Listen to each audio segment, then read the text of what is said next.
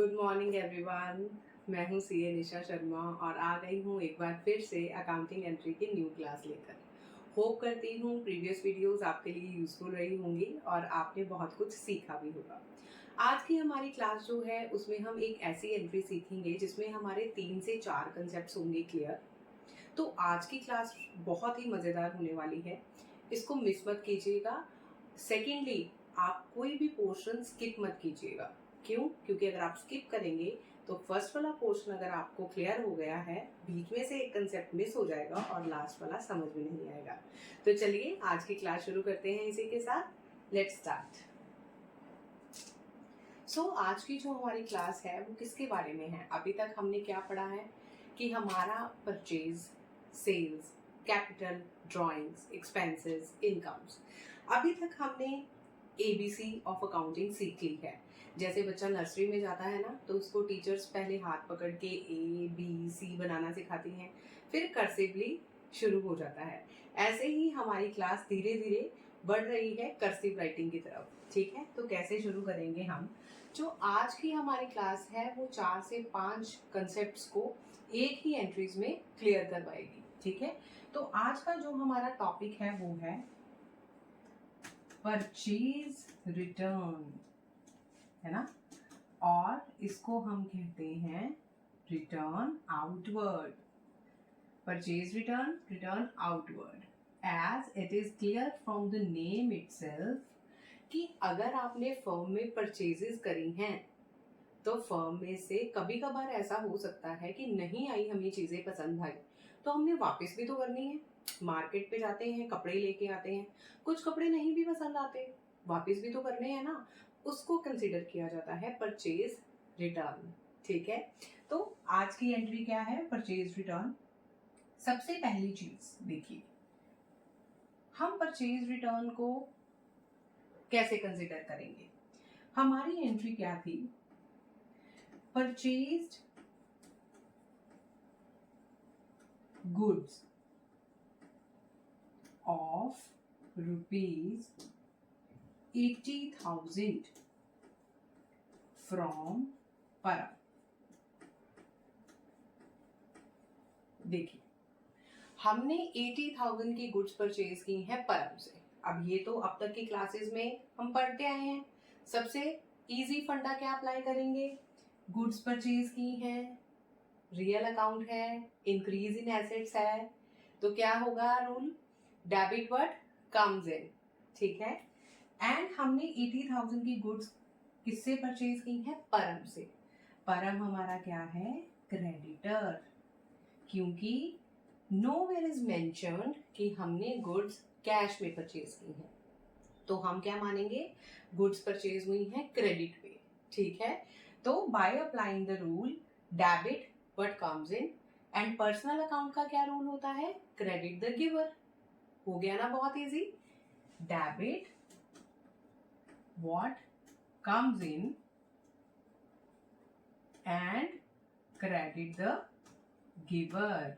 अब इस केस में गिवर है परम और व्हाट कम्स इन क्या आ रहा है? गुड्स।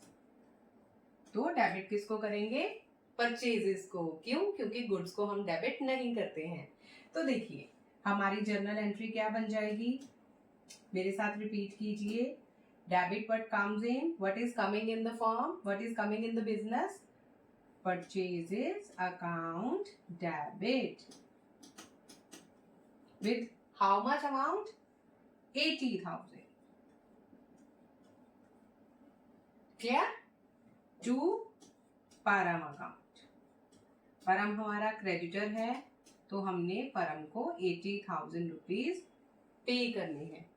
ठीक है, देखिए इसका इफेक्ट क्या हुआ? बुक्स में हमारी परचेजेस रिकॉर्ड हो गई विद 80,000 और बुक्स में फर्म का आउटस्टैंडिंग बैलेंस मतलब पेबल खड़ा हो गया 80,000। सिंपल भाषा में अगर देखें, बाजार गए, 80,000 का सामान पसंद आया, खरीद लाए, उसको बोला पेमेंट आपको 1 मंथ बाद करेंगे। ठीक है, तो हमारे दिमाग में क्या आ गया? बुक्स ऑफ अकाउंट्स हम यहाँ पे कंसिडर कर रहे हैं, हमारे माइंड में क्या आ गया? 80,000 देने वाला है परम को, है ना, आफ्टर 1 मंथ हमने पे करना है। बिजनेस में इसी तरीके से क्रेडिट पीरियड कंसीडर किया जाता है।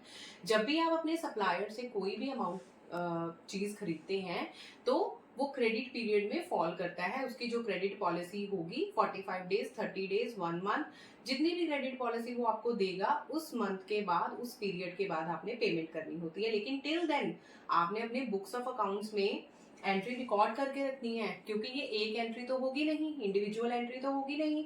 आपको कैसे याद रहेगा at the end of the month? 30 days हैं। अगर एक दिन में 20 ट्रांजेक्शन होती हैं तो 30 डेज में आपकी 600 ट्रांजेक्शन होंगी। Is it possible to memorise all the transactions कि कौन कौन से सप्लायर से, कौन कौन से डेटर से कितना पैसा लेना है, सप्लायर को कितना पैसा देना है? No, it is not possible at all. तो हम क्या करते हैं, इसी चीज को इजी बनाने के लिए बुक्स ऑफ अकाउंट्स मेंटेन करते हैं, अकाउंट्स मेंटेन करते हैं। अब जब ये एंट्री की तो परचेजेस अकाउंट डेबिट हो गया 80,000 से।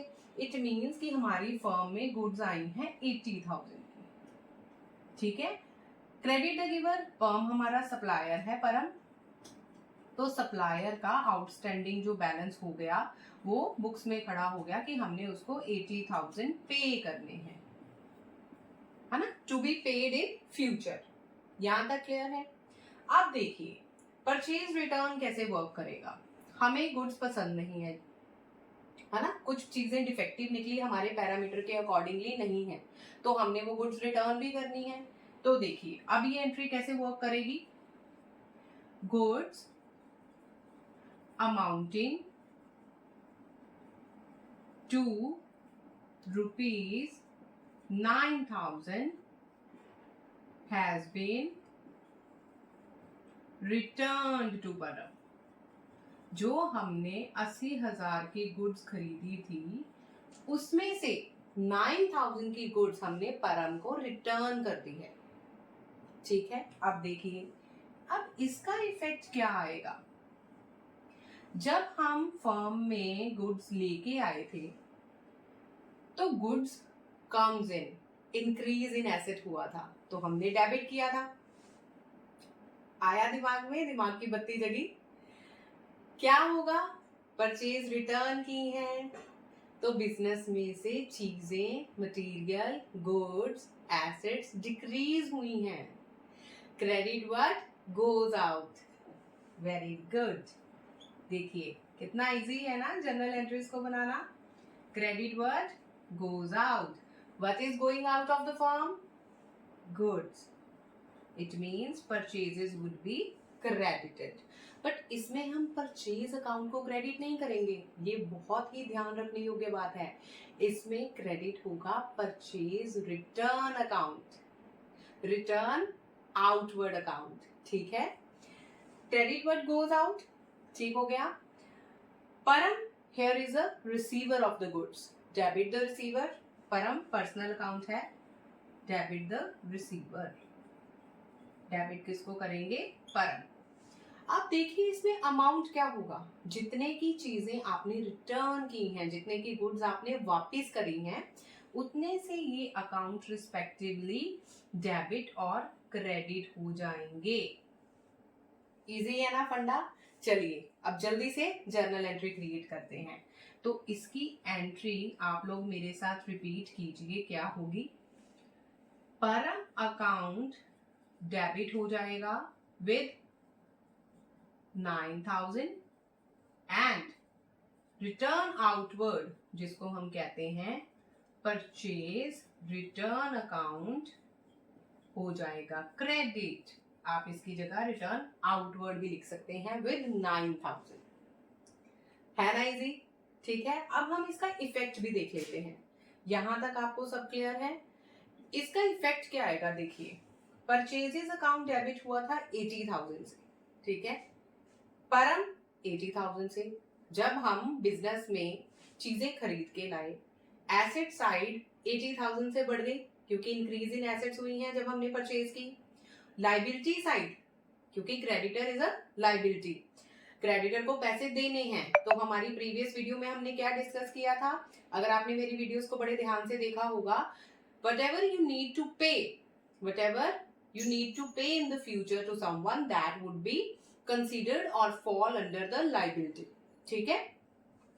परचेजेस अकाउंट डेबिट हुआ 80,000 से, एसेट्स इंक्रीज हो गई 80,000 से, सामान इंक्रीज हो गया 80,000 से, और परम का बैलेंस हमारी फर्म में, हमारे बिजनेस में पेबल खड़ा हो गया है 80,000 से। ठीक है, अब जैसे ही हमने चीजें वापस की, देखिए यहाँ पे परम क्रेडिट हो रहा है, यहाँ पे परम डेबिट हो रहा है। बेसिक फंडा of accounting is credit and debit. Same account credit और डेबिट है, तो क्रेडिट यहाँ पे है 80,000 और डेबिट है 9,000। इफेक्ट वुड बी माइनस, तो आपका 71,000 का इफेक्ट आपकी बुक्स में आ जाएगा। क्रेडिट एंड डेबिट, जैसे हमने साइंस में रूल पढ़ा है ना कि जो इनवर्स होता है वो आपस में इनवर्स इफेक्ट दिखाते हैं, ऑपोजिट, क्रेडिट और डेबिट आपस में ऑपोजिट है तो नेगेटिव होगा। ठीक है, तो 71,000 जो साइड बड़ी होगी, जैसे यहाँ पर credit side is the bigger one, ठीक है, ग्रेटर वन, तो 71,000 बैलेंस परम का नेगेटिव मतलब क्रेडिट में खड़ा होगा। ठीक है, इसका इफेक्ट क्या आया, देखिए साइमल्टेनियसली हम इसका इफेक्ट भी डिस्कस कर रहे हैं कि अब हमारी बुक्स ऑफ अकाउंट्स में परम को देने वाला अमाउंट, पेबल अमाउंट कितना है, 80 माइनस 9, 71,000। एंड सेकेंड इफेक्ट क्या आया, परचेजेस बिजनेस में 80,000 ही रही, लेकिन परचेज रिटर्न को हमने 9,000 से क्रेडिट किया है। अब आप लोगों के दिमाग में ये क्वेश्चन तो जरूर आना चाहिए कि मैडम अगर हमने परचेजेस को 80,000 से डेबिट किया है तो यहाँ पर हमने अलग से अकाउंट क्यों बनाया, यहाँ पर हमने परचेज को ही 9,000 से क्रेडिट क्यों नहीं किया। आया है ना ये सवाल, तो इन सवालों के जवाब कहाँ से मिलेंगे, श्री जी कॉमर्स क्लासेस से। अब देखिए यहाँ पर purchases account, purchase return account को क्रेडिट करने का सिर्फ एक ही पर्पस है, at the end of the accounting period that is of 12 months. ठीक है, लेकिन अगर आप इन बिटवीन भी पता करना चाहते हैं कि ड्यूरिंग द मंथ कितनी अमाउंट टोटल हमने रिटर्न की है, कितने की परचेजेस हमने टोटल रिटर्न की है, उसके लिए हम एक सेपरेट अकाउंट मेंटेन करते हैं 9,000 परचेजेस रिटर्न का, ताकि हमें एक आइडिया हो जाए कि पूरे मंथ में हमने कितने की टोटल परचेज वापस की है। जब आप अपने अकाउंट्स सेटल करेंगे, जो कंसेप्ट्स हम बहुत आगे जाके पढ़ेंगे, प्रॉफिट एंड लॉस अकाउंट जब हम अपना बनाएंगे तो उसमें हम एडजस्टमेंट्स करते हैं कि परचेजेस में से परचेज रिटर्न को माइनस कर देते हैं, इजी। लेकिन through out the period just ये जानने के लिए कि हमारी टोटल रिटर्न्स हुई कितनी है ना, उसके लिए हमें परचेज रिटर्न अकाउंट बनाना पड़ता है। क्योंकि देखिए अगर हम किसी टाइम पे ये जानना चाहें कि हमारी परचेज रिटर्न कितनी हुई है, तो हमें सारे महीने मतलब 600 एंट्रीज में से पहले परचेजेस को छानना पड़ेगा और उसमें से ये चीज को एक्सट्रैक्ट करना कि कितने की चीजें वापस की थी। अगर हम यहाँ पर परचेज अकाउंट को ही क्रेडिट करेंगे बहुत मुश्किल हो जाएगा ना मुश्किल, क्योंकि आप कैसे याद रख पाएंगे अगर मैं यहाँ पर परचेज रिटर्न की जगह परचेजेस को ही 9,000 से माइनस कर दूं। ठीक है, तो उसका इफेक्ट तो वही आएगा कि परचेजेस 9,000 से कम हो गई हैं। लेकिन जब आप कहीं आफ्टर 15 डेज या आफ्टर अ मंथ ये जानना चाहें कि मैंने कितने की रिटर्न की है टोटल, तो आपको परचेज अकाउंट में से पहले छानना पड़ेगा कि कितने की रिटर्न है, कितने की रिटर्न है, सारी परचेजेस की एंट्री को आपको देखना पड़ेगा। लेकिन अगर आपने एक सेपरेट अकाउंट मेंटेन किया होगा तो it will be easier for you. Purchase return को देखिए, उसमें सारा ब्यौरा कंसोलिडेटेड समराइज फॉर्म में आ रहा होगा कि इतने की रिटर्न हमने ड्यूरिंग द मंथ वापस की है परचेजेस। Got it? चलो ये बहुत अच्छा हो गया। अब देखिए मैंने आपसे प्रॉमिस किया था वीडियो के स्टार्टिंग में कि इसी के थ्रू हम 3 से 4 कंसेप्ट सीखेंगे। ठीक है, तो मैं अपना प्रॉमिस निभाऊंगी। अब हमें ये एंट्री क्लियर हो गई, परचेजेस हो गया, परचेज रिटर्न हो गया। ठीक है, अब देखिए अगर हमें पता चलता है लास्ट में 30 डेज का पीरियड ओवर हो गया, ठीक है, 30 डेज का पीरियड ओवर हो गया, अब आ गई पेमेंट की बारी, क्रेडिट पीरियड हो गया है ओवर, तो अब आ गई है पेमेंट की बारी। पेमेंट करते टाइम हमने सप्लायर से बात की कि भाई साहब 71,000 की चीजें हैं तो कुछ तो डिस्काउंट मिलना चाहिए, क्योंकि डिस्काउंट हमारा जन्म से अधिकार है ना। तो हमने क्या किया, हमने किया पेड ₹69,500 टू परम इन फुल एंड फाइनल सेटलमेंट। देखिए, अब आप मुझे ये बताइए कि हमने परम को कितना अमाउंट पे करना था। 80,000 की परचेजेस में से 9,000 का परचेज रिटर्न हो गया, 71,000 हमने परम को पे करना था, लेकिन हम एग्जैक्टली पे कितना कर रहे हैं? 69,500। 1,500 कम पे कर रहे हैं।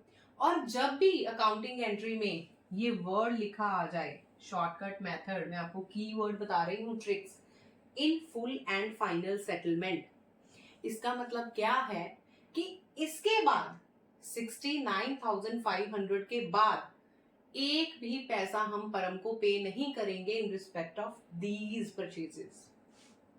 Got it? समझ आ गया? 69,500 के बाद हम एक भी पैसा परम को पे नहीं करने वाले, तो ऑटोमेटिकली ये किस कैटेगरी में गया? डिस्काउंट की कैटेगरी में गया ना। 71,000 आपने किसी को पे करना था, but now you are paying 69,500 in full and final settlement. It means कि आप उसको फाइनल अमाउंट सिर्फ 69,500 देंगे, और जो 1,500 है that would be discount for your firm. आपको डिस्काउंट रिसीव हो गया है। डिस्काउंट रिसीव्ड किस अकाउंट में फॉल करता है? जल्दी से कमेंट बॉक्स में बताइए। डिस्काउंट रिसीव्ड फॉल करता है नॉमिनल अकाउंट में।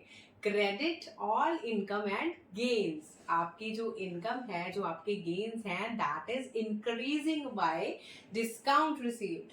तो credit all incomes and gains, nominal account का गोल्डन रूल अप्लाई किया, तो क्रेडिट आप किसको कीजिएगा? जर्नल एंट्री वुड बी, आपकी एंट्री क्या बनेगी बताइए मुझे जल्दी से। आप क्रेडिट किसको कीजिएगा? You will be credit to discount received account, या जिसको हम रिबेट अकाउंट भी बोलते हैं। कितने से क्रेडिट करेंगे? 1,500 से, क्योंकि हमें 1,500 मिला है डिस्काउंट, है ना। अच्छा, अब इसमें जो भी बच्चा बताएगा कि हम डेबिट किसको करेंगे, he would be the winner, he or she would be the winner. I will pin his or her comment. हम डेबिट किसको करेंगे? कैश को। बताइए, क्या हम यहां पर कैश को डेबिट कर सकते हैं with 1,500? No, it would be incorrect. अगर हम कैश को डेबिट करेंगे, इट वुड बी इनकरेक्ट। किसको मैं आपको एग्जांपल के साथ समझाती हूँ। आप दुकान पे गए, ठीक है, आपको 25,000 का फोन पसंद आ गया, ठीक है, 25,000 का फोन पसंद आया, आपने नेगोशिएशन की, आपने दुकानदार को क्या बोला कि भाई साहब मैं तो 25 नहीं पे करूंगा, मैं आपको 23,500 पे करूंगा। 25,000 नहीं पे करूंगा, मैं आपको पे करूंगा 23,500 ओनली। दुकानदार कहता है ठीक है भाई साहब, आप मेरे को 23,500 पे कर दीजिए, 25,000 मत कीजिए। अब क्या दुकानदार आपको 1,500 रुपए वापस करेगा? क्यों करेगा भाई? आपने जब उसको 25,000 दिया ही नहीं, वो 1,500 थोड़ी आपको वापस करता है। आप तो 23,500 उसको अपने से देते हो और मन में खुश हो जाते हो कि देखा मैंने 1,500 रुपए बचा लिए, है ना। जो 1,500 रुपए आपने बचा लिए वो फर्म का डिस्काउंट रिसीव हो गया, लेकिन फर्म में कहीं से भी कैश की एंट्री नहीं हुई है, फर्म में कहीं से भी कैश नहीं आया है। सो आप कैश को डेबिट नहीं कर सकते, ठीक है। तो हम यहां पर डेबिट किसको करेंगे, है ना। Question arises that what would be debited in this case. तो इस केस में डेबिट क्या होगा? जर्नल एंट्रीज के साथ साथ हम इफेक्ट भी कैलकुलेट कर रहे हैं, तो हम डेबिट किसको करेंगे? परम को।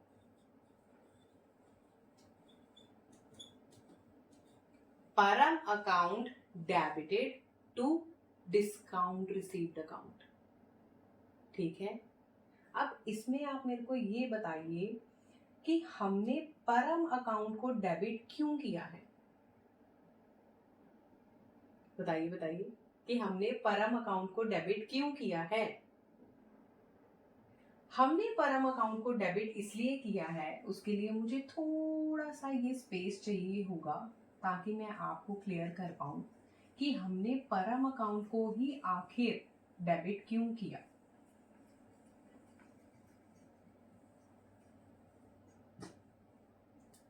देखिए, सबसे पहली चीज, जब हमने परचेज की थी तो परम क्रेडिट हुआ था। किससे क्रेडिट किससे हुआ था? 80,000 से क्रेडिट हुआ था। जब हमने परचेज की रिटर्न तो परम डेबिट हो गया। कितने से बताइए? 9,000 से, है ना? डेबिट हो गया ना। तो इसका इफेक्ट मैंने क्या बताया? क्रेडिट डेबिट ऑपोजिट, तो इफेक्ट क्या आगा? नेगेटिव, है ना? नेगेटिव का मतलब माइनस। तो 71,000 फर्म में क्रेडिट खड़े हो गए। किसको देने वाले? परम को, है ना? परम को हमने कितना अमाउंट पेबल करना था? 71,000 पे करना था। क्लियर हो गया आपको? लेकिन हम एक्चुअल में परम को पे कितना कर रहे हैं? हम एक्चुअल में परम को पे कर रहे हैं 69,500। तो जो बाकी 1,500 है, परम का अकाउंट उतने से क्या रहेगा? स्टैंड बुक्स में, अनटिल अनलेस हम उसको खत्म नहीं करते। ठीक हो गया? इसकी एक लास्ट एंट्री जो हम पास करेंगे आफ्टर दिस, वो क्या होगी? पेमेंट की एंट्री भी तो पास करनी है ना। 3 कंसेप्ट हो गए, चौथा भी तो हमने क्लियर करना है। 3 से 4 कंसेप्ट का प्रॉमिस था भाई, प्रॉमिस तोड़ेंगे थोड़ी। तो हमारा पेमेंट का कंसेप्ट क्या होगा? चौथी एंट्री इस केस में क्या आएगी? हमने परम को पे किया है 69,000 फुल एंड फाइनल सेटलमेंट में। तो परम अकाउंट डेबिटेड टू कैश, क्योंकि परम क्या है? Personal account, debit the receiver, and cash क्या है? Real account. Credit what goes out. तो एंट्री क्या हो गई? परम अकाउंट डेबिटेड टू कैश 69,500। ठीक है?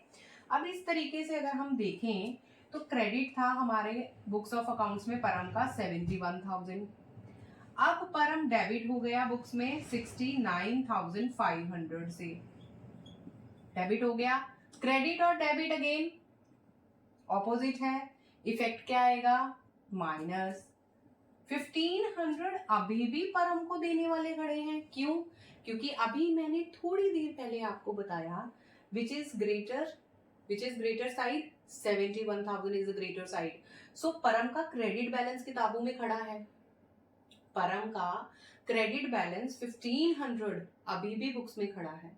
तो उसको खत्म करने के लिए हम परम को क्या करेंगे? डेबिट, क्रेडिट नहीं करेंगे, क्योंकि परम का क्रेडिट बैलेंस 1,500 बुक्स में खड़ा है। अगर आप परम को फिर से क्रेडिट कर देंगे तो क्रेडिट आपस में प्लस हो जाएंगे और बुक्स ऑफ अकाउंट्स में परम का 3,000 बैलेंस खड़ा हो जाएगा, है ना?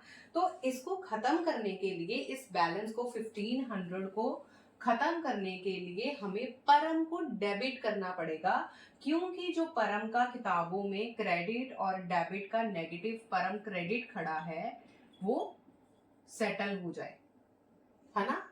तो क्रेडिट बैलेंस को सेटल करने के लिए, जीरो करने के लिए हमें परम के अकाउंट को डेबिट करना पड़ेगा। ठीक हो गया? ठीक है, परम अकाउंट हो गया डेबिट 1,500 से और हमें क्रेडिट कर दिया डिस्काउंट रिसीव्ड को। तो इसका इफेक्ट क्या आ गया कि बुक्स ऑफ अकाउंट्स में से परम का अकाउंट हो गया है नील। अब हमने परम को कोई भी अमाउंट नहीं देना। परचेजेस जो 80,000 की थी उसके सामने 9,000 परचेजेस रिटर्न सेटल हो गई हैं। बुक्स में परचेजेस आ गई हैं 71,000 की। कैश आउटगो हुआ है 69,500 का और डिस्काउंट मिला है 1,500 का। ठीक है, ये एंट्री आपको बहुत ही अच्छे से मैंने क्लियर करवाने का ट्राई किया है। अगर आपको फिर भी डाउट है तो आप प्लीज कमेंट बॉक्स में जाकर कमेंट करना मत भूलिएगा। ठीक है, जिन बच्चों को डेबिट और क्रेडिट में कंफ्यूजन है कि कैसे अकाउंट्स आपस में एडजस्ट होते हैं, उनके लिए मैं अभी एक बार फिर से यहाँ पे रिपीट कर देती हूँ कि जब भी हम अकाउंट्स में एडजस्टमेंट्स करते हैं तो कोई भी अकाउंट, जैसे अगर हमने लास्ट एंट्री में देखा कि परम का अकाउंट अगर क्रेडिट हुआ है और नेक्स्ट एंट्री में जो सेकंड एंट्री है उसमें परम का अकाउंट अगर डेबिट हो रहा है किसी अमाउंट के साथ, यहाँ पर हम डिफरेंट अमाउंट के साथ करेंगे, 11,000 के साथ परम का अकाउंट अगर क्रेडिट हुआ है एंड 2,000 के साथ अगर परम का अकाउंट डेबिट हुआ है, क्रेडिट डेबिट, तो इसको आपने बहुत ही इजी वे में याद रखना है। जो रेसिप्रोकल मतलब जो ऑपोजिट क्रेडिट और डेबिट होगा उसका इफेक्ट हमेशा नेगेटिव ही आता है। Negative in sense minus 11 minus 2 9,000। So last में परम का क्रेडिट बैलेंस बुक्स में स्टैंड हो रहा होगा विद 9,000। ठीक है, आपको ये अपने सॉल्व करते टाइम जर्नल एंट्रीज एक साइड पे लाइन ड्रॉ कर लेनी है जहां पे आप ये रफ वर्क कर सकते हैं। अगर आपको कंफ्यूजन हो जाती है दिमाग में कैलकुलेशन करने में तो आप अपने पेज के एक साइड पे, ठीक है, वर्टिकली एक लाइन ड्रॉ कर सकते हैं जिसमें थोड़ा सा स्पेस देके आप ऐसे कैलकुलेशन कर सकते हैं जिससे आपको अमाउंट में गलती नहीं लगेगी। ठीक है, अगर एक एंट्री में परम का अमाउंट क्रेडिट है, दूसरे में परम का अमाउंट डेबिट है, तो वो आपस में माइनस होंगे, तो परम का बैलेंस जो बुक्स ऑफ अकाउंट्स में है वो क्रेडिट शो होगा 9,000।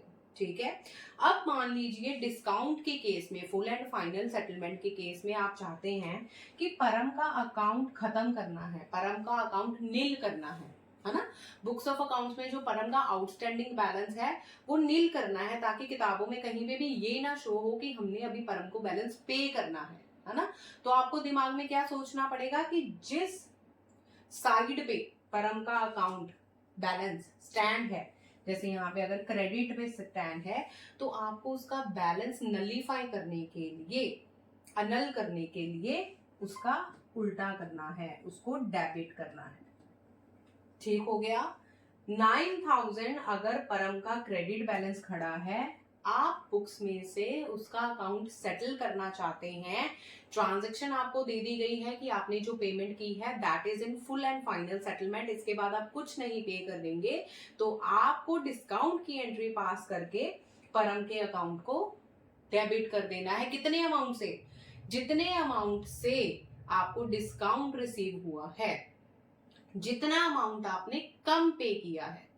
ठीक है, अब इस केस में अगर आपने 8,000 पे किया है ना, 8,000 आपने पे कर दिया, पेड 8,000 टू परम।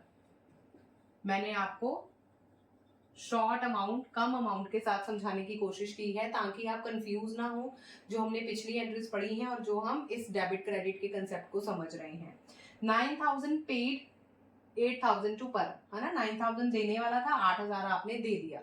आपका 1,000 का बैलेंस पेंडिंग है जो परम को देने वाला है। तो आप अब एंट्री को नलीफाई करने के लिए, आप अब ट्रांजैक्शन को नलीफाई करने के लिए, परम के अकाउंट को अपनी बुक्स ऑफ अकाउंट्स में सेटल करने के लिए 1,000 से परम के अकाउंट को डेबिट करेंगे और हम क्रेडिट किसको करेंगे?